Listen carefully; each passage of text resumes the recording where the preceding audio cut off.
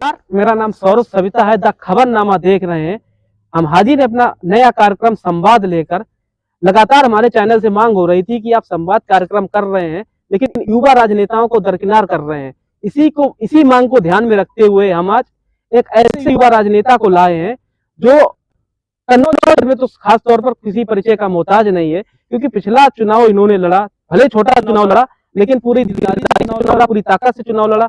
भले ही उनको हार का सामना करना पड़ा हो, फिर से पूरी ताकत के साथ दोबारा से चुनाव लड़ने के लिए जुट गए हैं, क्योंकि आने वाले समय में पंचायत चुनाव होना है। पिछली बार जिला पंचायत सदस्य के प्रत्याशी थे चुनाव में, हालांकि हार का सामना करना पड़ा। अब की बार फिर से कोशिश कर रहे हैं कि पंचायत चुनाव में अब की बार चुनाव जीता जाए। तो हमारे साथ जो शख्सियत विराजमान है, इनका नाम है रवि यादव। इनका एक ढाबा भी है उमरदा में, फौजी ढाबा के नाम से मशहूर है, पूरा जनता जानता होगा। तो आज इन्हीं से विस्तार से चर्चा करेंगे, क्योंकि युवा राजनीति की बात हो रही थी। कुछ समय पहले प्रधानमंत्री जी ने एक स्लोगन कहा था कि हमें आने वाले समय में हमें 1 लाख युवाओं की जरूरत पड़ेगी राजनीति में। तो युवा राजनीति कैसे देश में आगे बढ़े और खास से कन्नौज में, इत्र की नगरी कन्नौज में कैसे युवा राजनीति में आगे आएंगे, युवाओं को राजनीति में कैसे भागीदारी बढ़ेगी। सदस्य अगर जिला पंचायत के बन जाते हैं रवि यादव, तो ये कैसे सक्रिय राजनीति में आगे बढ़ेंगे। तमाम तरह के सवाल होंगे।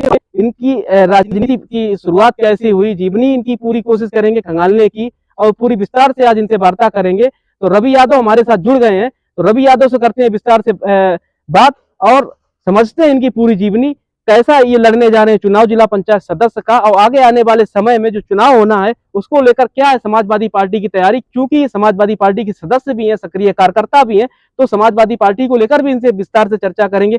तो चलिए स्वागत करते हैं हमारे कार्यक्रम संवाद में रवि यादव का। स्वागत है सर आपका हमारे चैनल में। आज आपसे विस्तार से चर्चा करेंगे। आप चुनाव भी लड़े हैं, अब लड़ने भी जा रहे हैं, कैसी आपकी तैयारी, इस पर हम आपसे चर्चा करेंगे। तो रवि यादव जी, स्वागत है हमारे चैनल पे। आप युवा राजनेता हैं, पिछला चुनाव आपने जिला पंचायत सदस्य का लड़ा, आगे आने वाले समय में आप चुनाव की तैयारी कर रहे हैं जिला पंचायत सदस्य के लिए। कैसी क्या ग्राउंड पे तैयारी है? पिछला चुनाव आप हार गए थे, क्यों हार गए, क्या कारण रहे थे, और अब आप चुनाव की तैयारी कर रहे हैं, तो अब क्यों जीत जाएंगे? क्या आपको जनता के बीच में जा रहे हैं, कैसा रिस्पॉन्स मिल रहा है जनता के बीच में? नमस्कार भैया, बहुत बहुत धन्यवाद आपका, जो आप हम जैसे नौजवान सभी युवाओं के पास जाके ये इंटरव्यू ले रहे हैं, इसके लिए बहुत बहुत धन्यवाद। और सबसे बड़ी बात, मेरा नाम, अपना परिचय मैं दे दूं पहले। मेरा नाम रवि यादव है, तिरवा विधानसभा है, उमरदा के पास बघेले परवा मेरा गांव पड़ता है। फौजी मार्केट उमरदा मेरा प्रतिष्ठान है। 2021 में मैं जिला पंचायत का चुनाव लड़ा था, मैं दूसरे नंबर पे रहा था। 4409 वोट पाकर मैं दूसरे स्थान पर रहा था। आपने पूछा कि पहले चुनाव में क्या ऐसे कारण रहे जो हम चुनाव नहीं जीत पाए।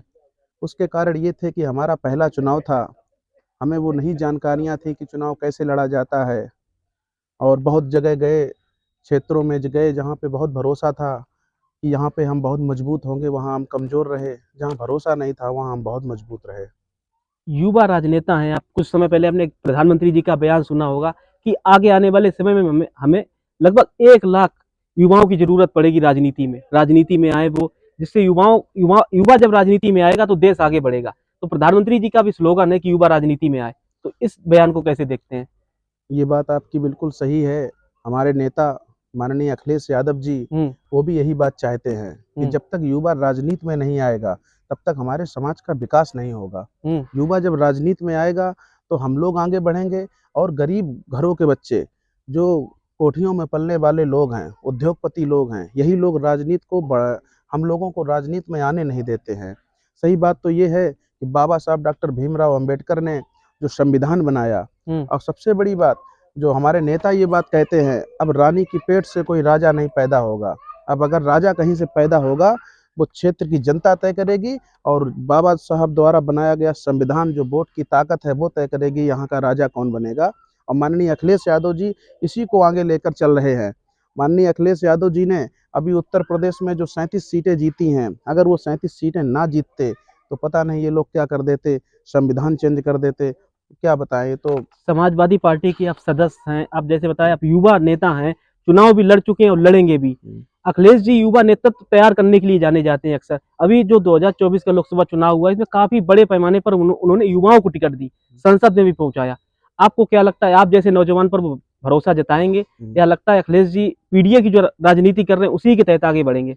बिल्कुल भरोसा जताएंगे। हम लोग क्षेत्र में रहते हैं, हम लोग काम करते हैं, बाकी जो नेता का आदेश होगा उसका पालन करेंगे। पीडीए जो अखिलेश जी ने फार्मूला दिया था, पीडीए का समीकरण अपनाएंगे? ये जो पंचायत चुनाव आने वाला जिसकी आप तैयारी भी कर रहे हैं, पीडीए का फार्मूला चलेगा? ये सफल फार्मूला हुआ था 2024 लोकसभा चुनाव में। देखो ऐसा है, पीडीए का मतलब गलत तरीके से वो लोग प्रदर्शित करते हैं। पीडीए में सभी लोग आते हैं, ऐसा कोई वर्ग नहीं है जो पीडीए में नहीं आता है। हमारे बहुत साथी ऐसे हैं जो मिश्रा जी हैं, ठाकुर साहब हैं, बहुत हमारी मदद करते हैं और हर जगह उन्होंने पार्टी में भी मदद की। और ऐसा नहीं है कि ये लोग केवल भारतीय जनता पार्टी वाले के लोग ये गुमराह करते हैं कि पीडीए में पिछड़े दलित अल्पसंख्यक यही बताते हैं, लेकिन हमारे नेता ने जो कहा, उन्होंने तो अपने स्टेटमेंट में कहा है कि पीडीए में सभी लोग आते हैं। वो लोग आते हैं जो अपनी लड़ाई नहीं लड़ पा रहे हैं, उसकी लड़ाई हमारे नेताजी लड़ेंगे। आप पीडीए का हिस्सा हैं, चुनाव की तैयारी कर रहे हैं, पिछला चुनाव आप हारे, आपने जैसा बताया, अब आगे लड़ रहे हैं, पूरी तैयारी के साथ, ताकत के साथ लड़ रहे हैं। क्या मुद्दे लेकर जनता के बीच में जा रहे हैं? मुद्दे क्या रहेंगे चुनाव में, और समाजवादी पार्टी का मुख्य एजेंडा क्या रहेगा पंचायत चुनाव को जीतने के लिए? देखो ये पंचायत चुनाव हैं। सबसे पहली बात, ये चुनाव जो पंचायत चुनाव होते हैं, ये पार्टी लेवल के चुनाव नहीं होते हैं। इस चुनाव में पर्सनल व्यवहार तुम्हारा, तुम लोगों के सुख दुख में जाते हो। इसमें ये नहीं मायने होता है कि जो पार्टी में वोट, जिसने पार्टी में वोट नहीं दिया, वो व्यक्ति भी तुम्हें इस पंचायत चुनाव में वोट देगा। उसके लिए तुम्हारा और उसका आपस में व्यवहार कैसा रहता है, आप क्षेत्र में कितना रहते हैं, आप लोगों के सुख दुख में कितना जाते हैं। तो ये पंचायत चुनाव में सबसे बड़ी बात ये है, जो क्षेत्र में रहेगा, जो लोगों के बीच में जाएगा। हमने आपसे फिर कहा, बाबा साहब भीमराव अंबेडकर द्वारा जो ये भारत का संविधान बनाया गया, जो हम अपने यहाँ पंचायत की राजनीति करते हैं, ये हमारा वार्ड संख्या 26 है कन्नौज की जिला पंचायत में। तो हम फिर एक बात कहते हैं, वार्ड नंबर 26 में राजा ना आप कोई पैसे वाला होगा, ना कोई उद्योगपति होगा और ना कोई अंबानी होगा। यहाँ का राजा रानी की पेट से नहीं पैदा होगा। वार्ड नंबर 26 की जनता तय करेगी कि चुनाव कौन जीतेगा। किसी के कहने से कुछ नहीं होता है। जो क्षेत्र में रहेगा, जो लोगों के सुख दुख में जाएगा, और वो चुनाव जीतेगा। आपने कहा कि राजा का बेटा राजा नहीं होगा, तो इसमें एक सवाल ये भी खड़ा हो जाता है कि परिवारवाद की आपने एक तरीके से बात की, परिवारवाद पर लगातार भारतीय जनता पार्टी घेरती है आपकी पार्टी को। मुलायम सिंह यादव मुख्यमंत्री रहे उत्तर प्रदेश के, अखिलेश जी मुख्यमंत्री रहे, डिम्पल यादव, तो तरह तरीके परिवारवाद के आरोप लगते रहते हैं। तो ये आपका कहना कि राजा का बेटा राजा नहीं होगा, फिर पार्टी में ही परिवारवाद, इस पर क्या कहना चाहेंगे? अगर आप ये परिवारवाद वाली बात करते हो, भारतीय जनता पार्टी में 20 ऐसे हैं लोग जिनका परिवार चल रहा है, उसकी बात आप नहीं कर रहे। 20 ऐसे लोग हैं भारतीय जनता पार्टी में जिनका पूरा परिवार, पूरा खानदान सब राजनीति में है। वो हैं, उनके लड़के हैं सब, उनसे कोई दिक्कत नहीं। अगर अखिलेश यादव जी अगर राजनीति कर रहे हैं तो उन्हें परिवारवाद में गिनती कर दी जाती है, और जो भारतीय जनता पार्टी के लोग करते हैं उनका आप लोग नाम ही नहीं लेते। तो ये जो राजनीति बंद होनी चाहिए, इस तरीके की एक दूसरे के ऊपर आरोप प्रत्यारोप लगाए जाते परिवारवाद को लेकर। देखो, जो व्यक्ति राजनीति में आना चाहे, अच्छा काम करना चाहे, वो आ सकता है। हाँ, जो व्यक्ति राजनीति में मेहनत करेगा, लोगों के सुख दुख में जाएगा। और यहाँ बात पंचायत चुनाव की हो रही है। पंचायत चुनाव में सबसे बड़ी चीज ये होती है, जो लोगों के सुख दुख में जाएगा और जनता उसकी मदद करती है और चुनाव जीतते हैं वो लोग। अच्छा, एक चीज बताइएगा, पिछला चुनाव आपने लड़ा, आप अब ये जो कन्नौज अपनी जिला पंचायत सदस्य के जो चुनाव होंगे, इसमें 28 लगभग, मेरे हिसाब से अगर मैं गलत नहीं हूँ, 28 सदस्य चुने जाते हैं। पिछली बार भी आपकी 14 से 15 सदस्य चुनकर आए, लेकिन जब अध्यक्ष पद का चुनाव हुआ उसमें इतना घमासान हुआ, आपकी पार्टी चुनाव हार गई। उसमें लगा कि आपकी पार्टी ने भीतर घात करके भारतीय जनता पार्टी की मदद कर दी। चुनाव तो आपके प्रत्याशी जीत जाते हैं, लेकिन जब अध्यक्ष की बारी आती है तो भारतीय जनता पार्टी चुनाव जीत लेती है। तो ऐसा नहीं लगता अखिलेश जी गलत लोगों के बीच में भरोसा नहीं, मतलब गलत उनको लोग राय देते हैं कि इनको प्रत्याशी बनाइए चुनाव जीत जाएंगे, या उनको प्रत्याशी बनाइए वो चुनाव जीत जाएंगे, उनको गलत तरीके से जानकारियां दी जाती हैं, जिससे ये पिछली बार जो उनको हार का सामना करना पड़ा जिला पंचायत अध्यक्ष पद के चुनाव में, ये अगर सही जानकारियां दी जाती तो ऐसा नहीं होता। नहीं, गलत, हमारे नेता को कोई गलत सूचना नहीं दी जाती। और कुछ लोग हैं जिन्होंने, उन्हें ये लगता था कि अब भविष्य में समाजवादी पार्टी की सरकार नहीं आएगी, और ना कन्नौज में भी भाजपा भारतीय जनता पार्टी के सांसद थे। उन लोगों ने अपनी खुला हुआ लोकतंत्र के साथ खिलवाड़ किया, और जिन लोगों ने पार्टी को धोखा दिया, समाजवादी पार्टी को, उन लोगों को वो खुद जानते हैं। जिन लोगों ने किया है, बताने की कोई ज़रूरत नहीं है, वो खुद जानते हैं कि उन्होंने किया है, तो सब लोग जानते हैं, पूरा जिला जानता है, और उनके साथ समय आने पर वैसा व्यवहार किया जाएगा। 28 में लगभग आपके 14-15 सदस्य जीत गए थे, अध्यक्ष आपका नहीं बना था, लेकिन वो सदस्य जिन्होंने भीतर घात किया आपकी पार्टी, वो आज भी पार्टी में बने हुए हैं, उनके ऊपर कोई कार्रवाई नहीं हुई, पार्टी ने उनके नाम सार्वजनिक नहीं किए। आपको लगता है ये एक्शन होना चाहिए था उनके ऊपर, उनके नाम सामने आने चाहिए थे, जनता जानती कि पार्टी के भीतर का। जनता सब जानती है किसने वोट दिया किसने नहीं दिया, और बाकी तय करेगा उन पर क्या अखिलेश जी ने एक्शन नहीं लिया, एक तरीके से उनको छूट दी, इससे गलत मैसेज तो नहीं जाएगा कार्यकर्ताओं में? नहीं, देखो गलत मैसेज कुछ नहीं, छूट नहीं दी है, वो लोग खुद जानते हैं, जिन्होंने वोट दिया है वो सर उठा के नहीं चल पा रहे हैं। बाकी भविष्य में अभी आगे फिर चुनाव है, जनता उन्हें सबक सिखा देगी, बात खत्म। जनता से बड़ा लोकतंत्र कोई नहीं होता है। माननीय जी कुछ नहीं कह पाएंगे, कोई बात नहीं, लेकिन जनता तो सिखा देगी, तुमने वोट दे दिया, जनता बता देगी। अब आप अपने वार्ड से चुनाव लड़ रहे हैं जिला पंचायत के, अभी आपने बताया कि चुनाव जीत जाएंगे, ये काम करेंगे, अभी जो काम नहीं हो पाए, सबसे पहला काम क्या होगा आपके क्षेत्र में? आप सदस्य बन के जाते हैं तो काम करेंगे अपने क्षेत्र में? हमारे क्षेत्र में उमरदा में समस्या ही समस्या है। समस्या सबसे पहली बात ये है, यहाँ पे लाइट की बहुत बड़ी समस्या है, सड़कों की समस्या है, नालियों की समस्या है, बहुत ऐसी समस्याएं हैं जो जिला पंचायत और ये पंचायत के जो चुनाव होते हैं, ये चुनाव क्यों होती है कि जनता डायरेक्ट अधिकारियों के पास नहीं पहुंच पाती है। वो एसडीएम साहब के पास नहीं पहुंच पाएगी, डीएम के यहाँ नहीं जा पाएगी, एसपी के यहाँ नहीं जा पाएगी, इसलिए ये चुनाव होते हैं। जो बाबा साहब ने ये संविधान बनाया, वो चुनाव इस वजह से होते हैं कि जनता अपना एक प्रतिनिधित्व तैयार करती है, जनता उसे अपना वोट देती है, वो उसकी आवाज को उठाता है। सबसे पहली बात, चुनाव जीतने के बाद सब लोगों की मदद होगी और जनता के मुद्दों को ऊपर तक पहुंचाया जाएगा। और हम लोग लगातार विकास पे बात करते रहे हैं, शिक्षा पे बात करते रहे हैं, और कैसे समाज को आपस में भाईचारा अच्छा बना रहे, इस पे हम लोग अपने वार्ड में सबसे पहला काम क्या करेंगे? अपने वार्ड में सबसे पहला काम, जो समस्याएं हमारे वार्ड में, बिजली की बहुत बड़ी समस्या है। आज की डेट ये है, जब धान का समय आता है, जब गेहूं का समय आता है, जो ये आज की डेट है, कौन सी डेट है आज? 7 तारीख, सॉरी यार, 7 तारीख को 7 तारीख है, तीसरा महीना है 2025। आज की डेट में गेहूं की फसल में पानी लगना है, और इतनी समस्या है कि लो वोल्टेज की समस्या है, पर इसकी कोई आवाज नहीं उठाता, ना कोई जनप्रतिनिधि उठाता, ना बीजेपी वाले विधायक उठाते हैं, और जो मौजूदा समय में कोई कुछ नहीं कर रहा है इस समय। और ये बात हम लोगों ने अपने नेता माननीय अखिलेश यादव जी को, अभी हम लोगों ने एक लेटर अब जिला अध्यक्ष जी द्वारा भिजवाया है। अगर इस पे देखो एसडीओ साहब से कुछ बात हो जाए, परेशान है धान के समय में, तब हम लोग परेशान रहते, किसान परेशान रहता, और ये कोठियों में पलने वाले लोग, ये उद्योगपति लोग, उन्हें यही नहीं पता है गेहूं में कितने कब पानी लगता है और धान में कब पानी लगता है। इन्हें यही नहीं पता है कि किसान की क्या मजबूरी रहती है। ये तो अपना केवल अपने शहरों में लाइट लगवा लेते हैं, गांव का आदमी कुछ भी करे, क्या इन्हें मतलब। आप ये कह रहे हैं सरकार मदद नहीं कर रही, किसानों को बिजली नहीं मिल रही, विधायक जी हैं वो सदन में आवाज को नहीं उठा रहे, लेकिन विपक्ष का क्या काम होता है? सड़कों पर सरकार को घेरना।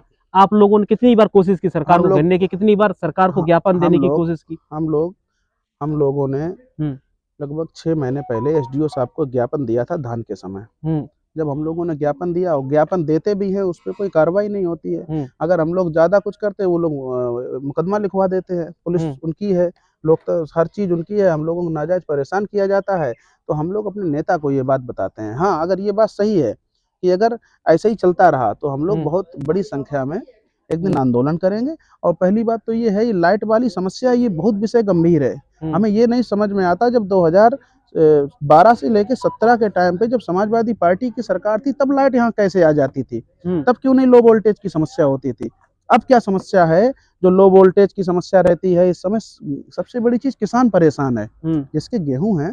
और ये बात आप सार्वजनिक तौर पे जब इंटरव्यू लें, जिसका भी लें बीजेपी के नेता का, उनसे जरूर कहें कि उमरदा क्षेत्र में उन्हें को गांव ना पता हो, उन्हें गांव की जानकारी नहीं होगी, किस गांव में लाइट की समस्या है।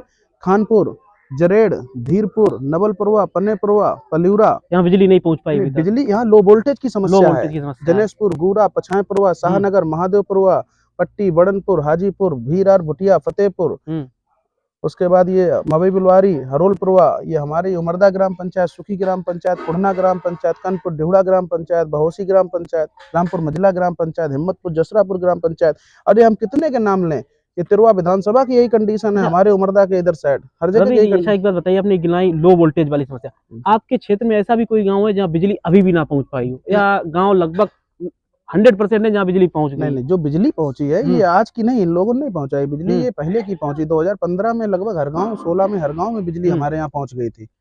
ये क्या भारतीय जनता पार्टी ने थोड़ी पहुंचाई। कन्नौज के सांसद हैं अखिलेश जी, भारतीय जनता पार्टी लगातार हमलावर रहती है कि सांसद बनकर चले जाते हैं, आते नहीं है, लापता सांसद, तरह तरह के आरोप लगाते रहते हैं। ऐसा है अखिलेश जी वाकई में कन्नौज नहीं आते हैं? आपको क्या लगता है जनता के बीच में नहीं रहते हैं? ये आरोप जो लगाती है भारतीय जनता पार्टी सही लगाती है? आपको क्या कहना है इस पर? समाजवादी पार्टी का हर कार्यकर्ता खुद में अखिलेश यादव है। हुँ, मैं समाजवादी पार्टी का सेक्टर प्रभारी हूँ। आप हुँ, मेरे क्षेत्र में जानकारी कर लेना। हुँ, मैं मेरी जहाँ का मैं सेक्टर प्रभारी हूँ, वहाँ 3 ग्राम पंचायतें आती हैं, पर मैं लगातार 12 ग्राम पंचायतों में, अब हुँ, जितना जिसका एरिया है, हर जगह लोगों के सुख-दुःख में जाता हूँ। जब मैं जाता हूँ, मैं भी वहाँ पे पहुँचता हूँ और वहाँ बताता हूँ कि माननीय अखिलेश यादव जी का संदेश लेके आया हूँ। अगर उन्हें कोई समस्या होती है, कोई मुसीबत होती है, ये सूचना मैं जिला अध्यक्ष जी को देता हूँ, विधानसभा अध्यक्ष जी से जिला अध्यक्ष के पास, और जिला अध्यक्ष जी ये सूचना माननीय जी को देते हैं। तो ये लोग जो कहते हैं, आप हुँ, लोग कितना क्षेत्र में गए? हुँ, पूरी 5 सालें निकल गई, कहाँ जाते हो बताओ? हुँ। अच्छा एक सवाल इसमें और जोड़ देते हैं, जैसे कोई एक साथी है वो अखिलेश जी से मतलब शिकायत करना चाहता है, सांसद जी से शिकायत करना चाहता है, उसकी कोई समस्या है, तो वो किसको लेटर दे? वो सांसद जी हैं नहीं वो कन्नौज में, किसको वो अपनी शिकायत दर्ज कराए जिससे सांसद जी के पास वो समस्या पहुँच पाए? कन्नौज में हाँ, हमें नहीं लगता ऐसा कोई होगा जिसका माननीय जी का नंबर ना हो, और हुँ, माननीय जी उसके बाद जिला अध्यक्ष जी बैठे हैं, और जब वो आ जाते हैं तो सूचना उनके पास सब पहुंच जाती है। हुँ। अब एक एक हमने आपको बताया, समाजवादी पार्टी का एक एक कार्यकर्ता खुद में अखिलेश यादव है। अब थोड़ी चुनाव की बात हो जाती है, 2024 का लोकसभा चुनाव हुआ, 43 सीटें आप ले आए इंडिया गठबंधन के नेतृत्व में, 6 सीटें कांग्रेस भी उसमें जीत गई 37 आपकी। वो मोमेंटम जो आपका बना था, बाई इलेक्शन में वो चला गया, मिल्कीपुर आप हार गए, बड़ी मुश्किल से आपने करहल का चुनाव जीत पाए, 14,000 मार्जिन रह गया वहाँ पे।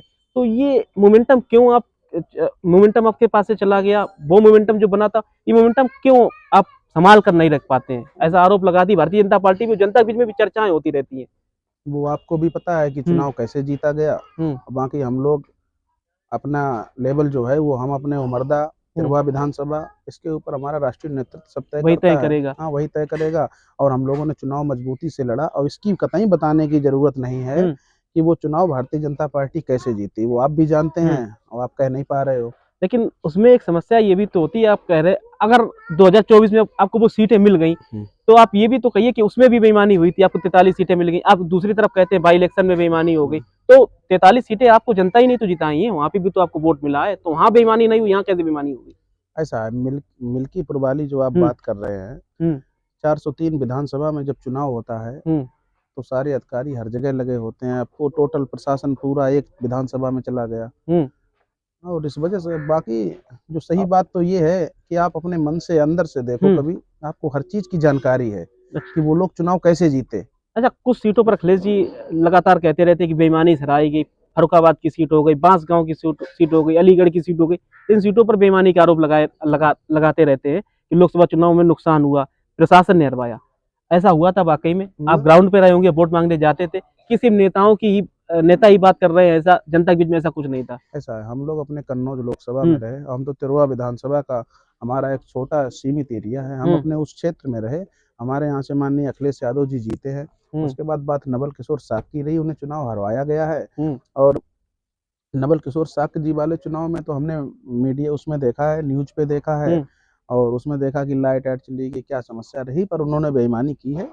और बाकी ये राष्ट्रीय नेतृत्व हमारा बताएगा, हम हुँ। लोग इतनी वहाँ तक हम फर्रुखाबाद तो गए नहीं उनके पास। संघ के चुनाव पे लौटते हैं। हुँ, छात्र संघ का चुनाव बंद हुआ कुछ प्रदेशों में, हुँ, अपने उत्तर प्रदेश में भी बंद है। आपको लगता है छात्र संघ के चुनाव बंद होने से हुँ, युवा राजनीति में कम आ पा रहा है? हाँ। चुनाव चालू होना चाहिए छात्र संघ का, या आपको लगता है जो बंद हुआ वो सही हुआ, बंद नहीं, होना नहीं, चाहिए था? छात्र संघ का चुनाव चालू होना चाहिए। छात्र संघ के चुनाव से हुँ, गरीब और मज़दूर और किसान का बेटा राजनीति में आता है। हुँ, और जब से ये छात्र संघ के चुनाव बंद हो गए हैं, तब हुँ, से बहुत हम युवाओं के आगे समस्या है कि डायरेक्ट हम लोग एमएलए का चुनाव नहीं लड़ सकते हैं। हुँ, अगर छात्र संघ का चुनाव होता, उसमें हमें अपनी प्रतिभा दिखाने का मौका मिलता है। हुँ। और जब हम छोटा चुनाव छात्र संघ का चुनाव जीतते हैं, उसके बाद हम लोगों को ऊपर तक जाने का मौका मिलता है, तो इस वजह से छात्र संघ का चुनाव ज़रूर बहाल होना चाहिए, और जब कभी माननीय अखिलेश यादव जी की सरकार बनेगी तो छात्र संघ चुनाव आप बहाल अपनी होगा। थोड़ी राजनीति के बारे में बताइए। छात्र संघ का चुनाव हुँ, बंद है अभी उत्तर प्रदेश में, हुँ, आप कैसे राजनीति से निकले? छात्र संघ का चुनाव आपने लड़ा था, हुँ। या आप आपका राजनीतिक बैकग्राउंड क्या है? नहीं, हमारा राजनीतिक बैकग्राउंड कुछ नहीं है।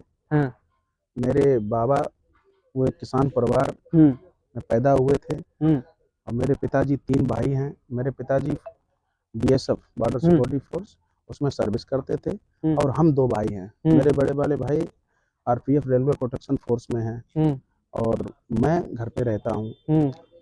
हम लोगों ने महेंद्र नीलम तिरुआ जनता इंटर हम्म। कॉलेज, वहाँ पे मैंने अपनी हाई स्कूल इंटर की पढ़ाई की। उसके हम्म। बाद मैंने मनसुखपुर चौधरी हम्म। मोहर सिंह महाविद्यालय, वहाँ पे हम्म। मैंने स्नातक किया। हम्म।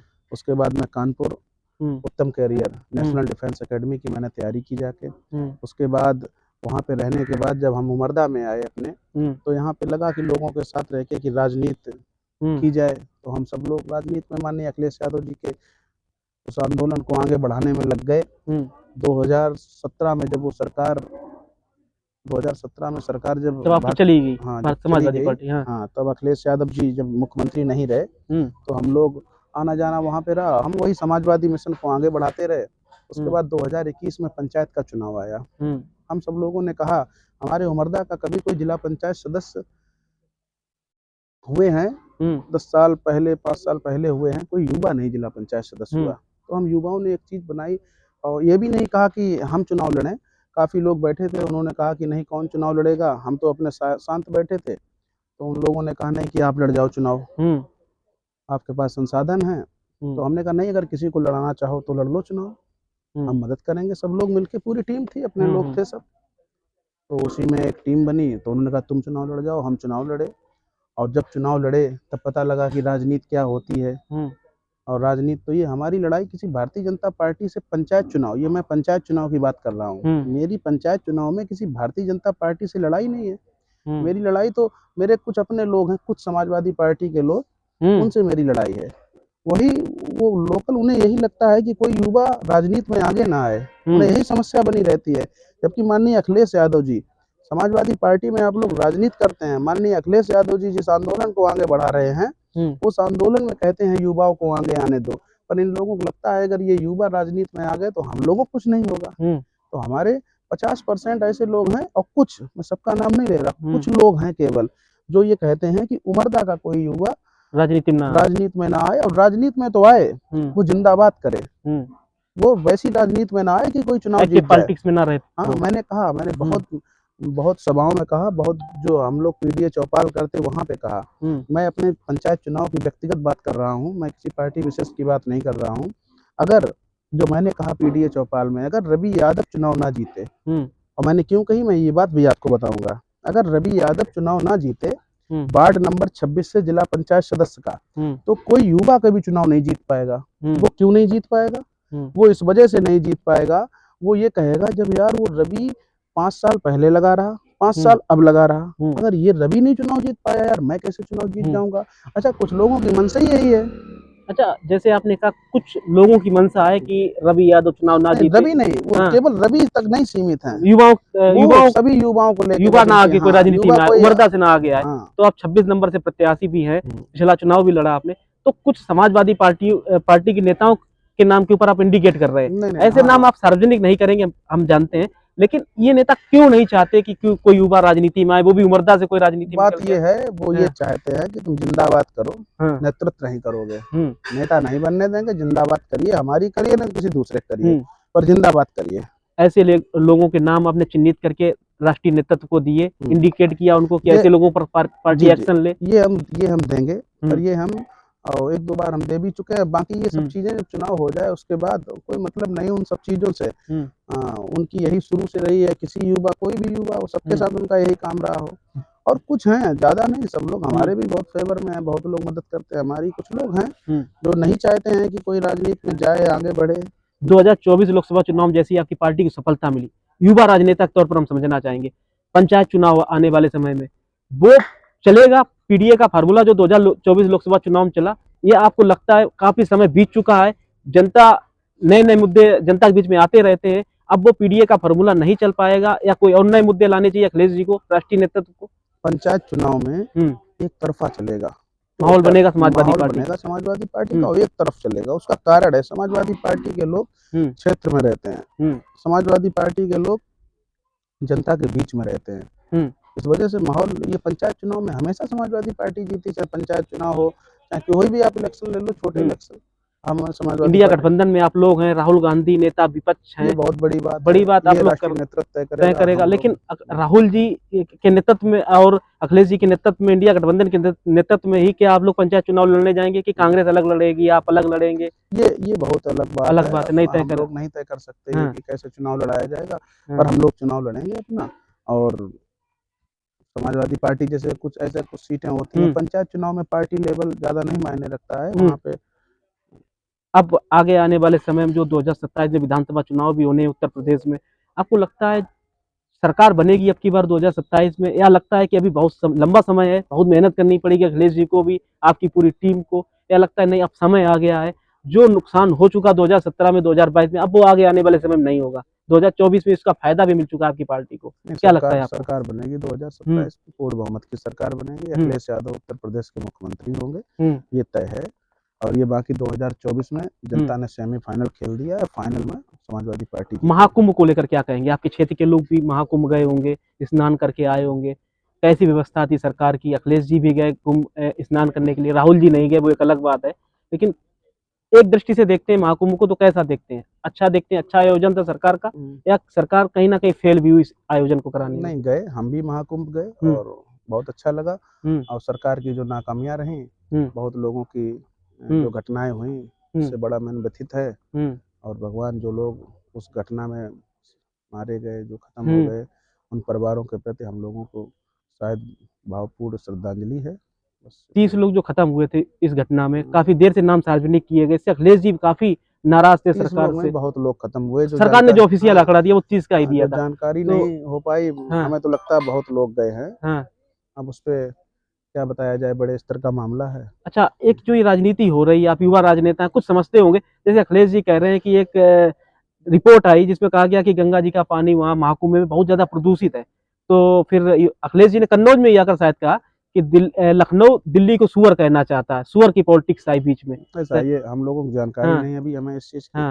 बाकी इसमें कुछ कह भी नहीं सकते। अभी ये बड़े लेवल की राजनीति हो रही है, इसमें नहीं कुछ बोलेंगे युवा राजनीति? हम लोग अपनी जो एक सबसे बड़ी चीज युवा है, और अपने पंचायत चुनाव ज्यादा से ज्यादा तिरवा विधानसभा, इसके ऊपर हम लोगों कोई भी युवा हो अपने अपने उस पर ध्यान दे। ऐसे कोई बात नहीं बोलनी चाहिए जो ऊपर जाके किसी को। रवि यादव जीवन का मिशन क्या है? एक तो पंचायत चुनाव जीतना, दूसरा कि अखिलेश यादव को मुख्यमंत्री बना, क्या मिशन है आपके? देखो, रवि यादव का मिशन है, रवि यादव ये नहीं कि रवि यादव पंचायत चुनाव जीतने के बाद लगातार राजनीति में चुनाव लड़ते रहेंगे। मैं चुनाव जीत जाऊं, उसके बाद कोई दूसरा युवा है वो चुनाव जीते, लड़े। ये थोड़ी कि रवि यादव ठेका करा के लाए कि जीवन भर रवि यादव भी चुनाव लड़ेंगे।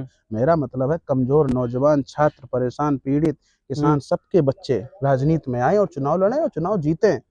मेरा एक सबसे बड़ा मिशन। और लोगों कि मैं जो अपना जीवन, जो मेरा इंटरेस्ट और है, मेरा इंटरेस्ट है कि हमें अच्छा लगता है कि लोगों की, जब हम जाते हैं लोगों के पास तो हमें बड़ा प्यार से वो लोग लेते हैं, तो बड़ा अच्छा लगता है राजनीति में।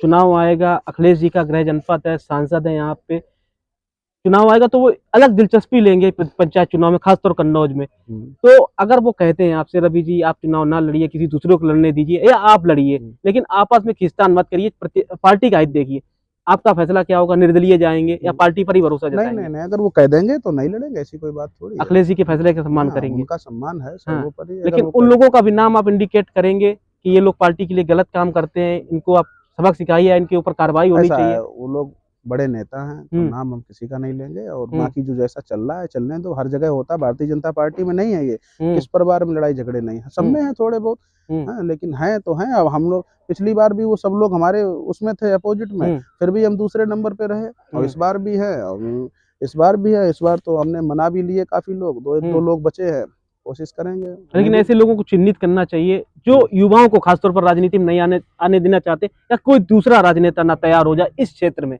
ऐसी लोग कोशिश करते क्योंकि चुनाव ना जीत कर आगे पहुंच जाए, ऐसा भी है आपके क्षेत्र में? अब जनता सब जानने लगी है। अब रानी के पेट से राजा नहीं पैदा होगा सौरभ भैया।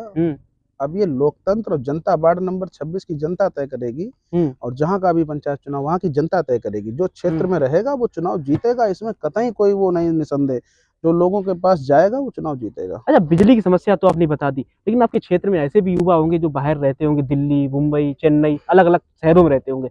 बेरोजगारी का बहुत बड़ा संकट है, बेरोजगारी बहुत बड़ी लगातार जीडीपी नीचे जा रही है और काफी समस्याएं खड़ी हो रही है। आप बेरोजगार युवाओं के लिए क्या करना चाहेंगे अपने क्षेत्र के लिए? हमारे क्षेत्र में हमारे उमरदा के पास काउ मिल्क प्लांट बना है, एक पौधे वाला प्लांट यहाँ पे बना है। अगर जब तक समाजवादी पार्टी की सरकार रही ये चलता रहा, और ये ऐसा प्लांट है कि एशिया में शायद 1-2 या 2-3 प्लांट, 1-2 प्लांट हैं केवल। इसमें इतनी लागत लगी करोड़ों के हिसाब में, इसमें लागत लगी है। कभी टाइम मिले तो आप जरूर उस प्लांट में जाओ। जा चुके हैं वहाँ पे कम से कम 200-300, 400-500 आदमी व्यक्ति है जो वहाँ पे काम कर सकता है। वो प्लांट बंद पड़े हैं, लोग मजबूर हैं, और उस प्लांट में जिन लोग अपना दूध देते रहे उनका भुगतान नहीं किया, उन लोग वो एकदम चले गए। अब तो बंद पड़ा है। माननीय जी अखिलेश यादव जी 2-3 बार उसके लिए आवाज उठा चुके।